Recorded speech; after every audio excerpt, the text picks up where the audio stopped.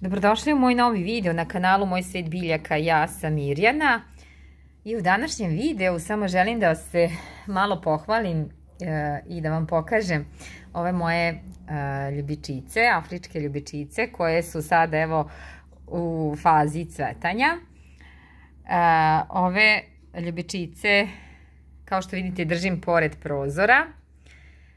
Ljubičice vole puno dobre svetlosti kao i orhideje, ali ne direktno sunce. I afričke ljubičice su jedne od, mogu reći, opet pored orhideja su jedne od najljepših sobnih biljaka. Od ukupno 12 meseci, 10 meseci sigurno cvetaju tokom cele godine.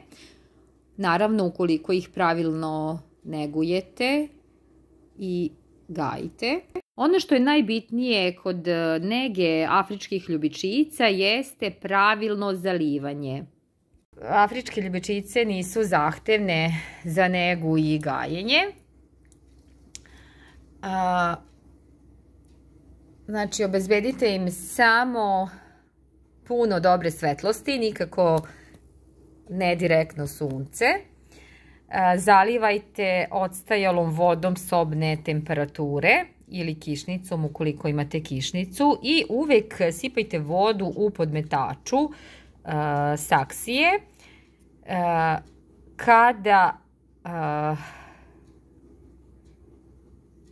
otprilike prođe nedelju dana do 10 dana, onda ih zalivajte, ali ja svakako pipnem ovu zemljicu pored biljke i kad vidim da je suva, onda to je siguran znak da je treba zalivati vašu ljubičicu. I onda sipate samo vodu pod metaču, pustite 15-20 minuta da ova biljka uzme vode koliko je potrebno. Ukoliko ostane višak vode, ispraznite ovaj podmetač i to je to.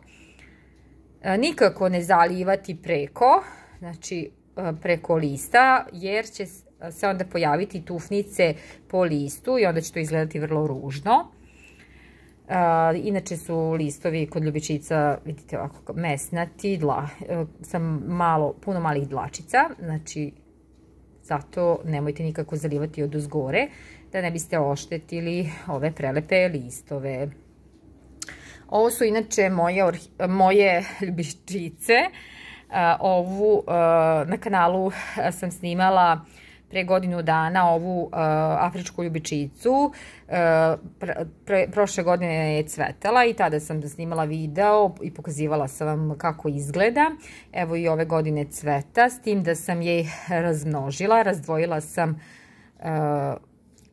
iz saksije bilo puno manjih biljaka i onda sam ih razdvojila. Evo, ovo je druga biljčica i ovo je ljubičica koju sam dobila iz lista, bukvalno ova dupla roza, vidite kako je prelepa. Razmnožila sam ovu ljubičicu iz lista. U desnom uglu postavit ću link pa možete pogledati video na ovu temu kako razmnožiti afričke ljubičice. Vidite, meni je uspelo. Vidite kako sada lepo cveta, prelepa je. Evo, ovo je druga. Ovu sam razmnožila, znači odvojila sam iz saksije. I ova se sprema za cvetanje. Pogledajte kako je lepa. Ima, znači, različitih boja, duplih, sa duplim cvetovima, belih, rozih, ljubičastih, plavih.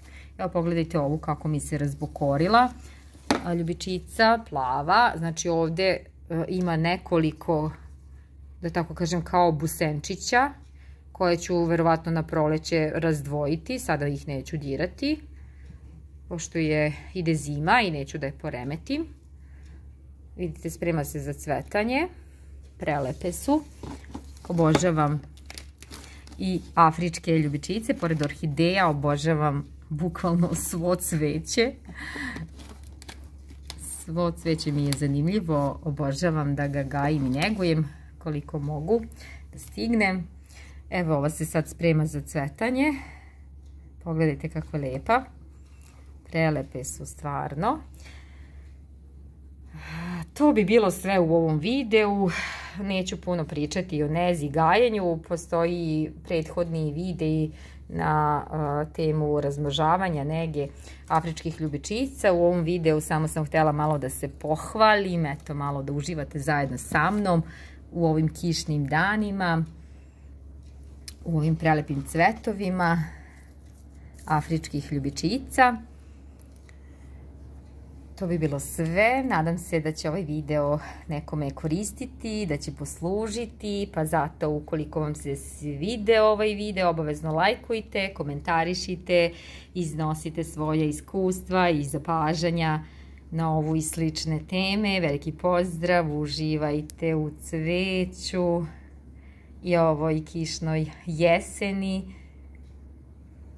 I svako dobro vam želim do narednog videa. Sve najbolje. Veliki pozdrav!